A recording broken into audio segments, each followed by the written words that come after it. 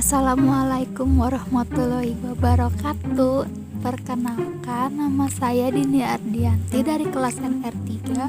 Pada kesempatan kali ini saya akan menjelaskan tentang masalah gizi yang biasa terjadi pada anak usia dini dan bagaimana cara mengatasinya.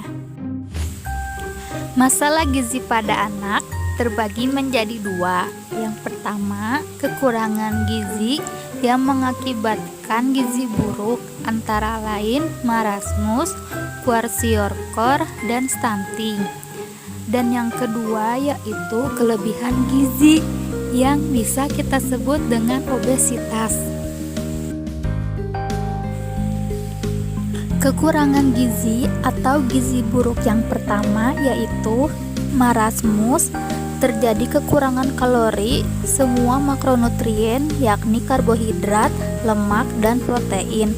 Mengingat pentingnya peran makronutrien dalam pembentukan energi metabolisme tubuh, kekurangan makronutrien dapat menyebabkan 1.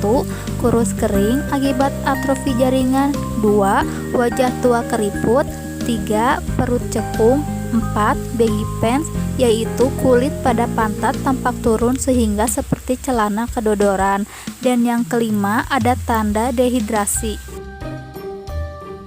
Kekurangan gizi atau gizi buruk yang kedua yaitu kwashiorkor.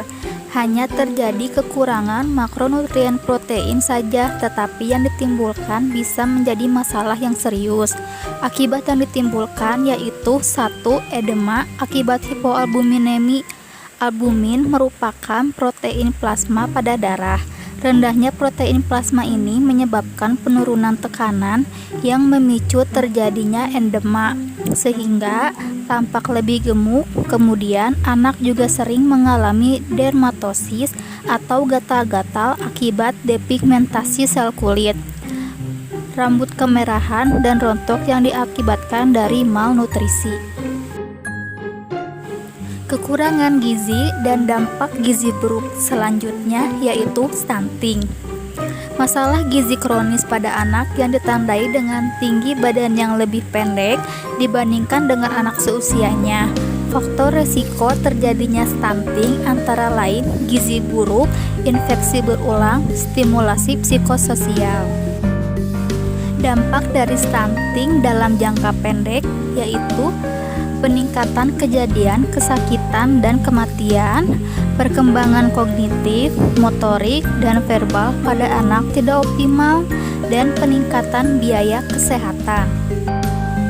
Sedangkan dampak dari jangka panjang yaitu postur tubuh yang tidak optimal saat dewasa, meningkatkan resiko obesitas dan penyakit lainnya, menurunnya kesehatan reproduksi, kapasitas belajar dan performa yang kurang optimal saat masa sekolah, produktivitas dan kapasitas kerja yang tidak optimal. Adapun kelebihan gizi yang disebut dengan obesitas. Obesitas adalah kondisi lemak berlebih yang merupakan salah satu masalah yang perlu diwaspadai oleh orang tua. Hal ini tidak hanya terjadi pada orang tua, namun obesitas juga bisa terjadi pada anak-anak. Penyebab terjadinya obesitas antara lain keturunan atau keluarga, gaya hidup, faktor psikologis. Anak-anak yang memiliki anggota keluarga yang obesitas memungkinkan terjadinya obesitas pada anak.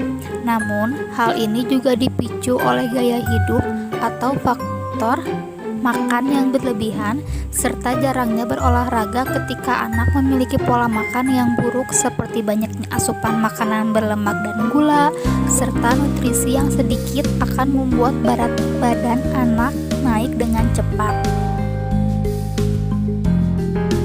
Adapun cara mengatasinya melalui isi piringku.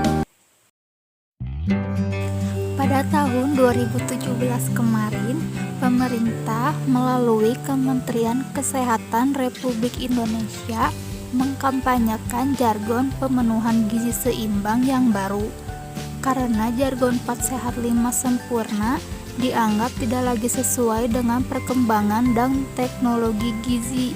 Jargon yang baru adalah isi piringku. Apa itu isi piringku? Isi piringku merupakan gerakan makan makanan yang sehat dengan gizi yang seimbang. Dalam isi piringku ini terdapat 4 pesan pokok. Yang pertama, makan makanan bergizi seimbang. Yang kedua, cuci tangan pakai sabun. Yang ketiga, melakukan aktivitas fisik selama 30 menit per hari. Dan yang keempat dan terakhir, minum air putih 8 gelas per hari. Adapun manfaat dari masing-masing komposisi bahan pangan dari isi piringku. Yang pertama, makanan pokok seperti beras, singkong, ubi, dan lain sebagainya yang mengandung karbohidrat dan mudah didapat. Karbohidrat ini berperan penting memberikan energi untuk aktivitas sehari-hari. Manfaat yang kedua yaitu protein. Protein ini bisa didapat dari lauk hewani dan nabati seperti daging, ikan, tempe, tahu, atau telur. Protein ini bisa membantu pertumbuhan dan perkembangan tubuh serta otak. Manfaat yang ketiga yaitu sayuran. Porsi sayuran seimbang dapat membuat kulit kita menjadi lebih sehat dan mendukung pertumbuhan juga. Karena sayur-sayuran ini merupakan sumber dari vitamin A, vitamin C, zat besi, dan fosfor.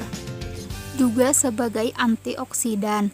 Antioksidan inilah yang berfungsi untuk sistem kekebalan tubuh. Yang keempat adalah buah-buahan. Ini merupakan sumber vitamin A, vitamin B, B1, B6, dan vitamin C. Buah-buahan ini dapat mencegah terjadinya penyakit tertentu seperti kanker, stroke, tekanan darah tinggi, dan penyakit jantung. Sekian dan terima kasih.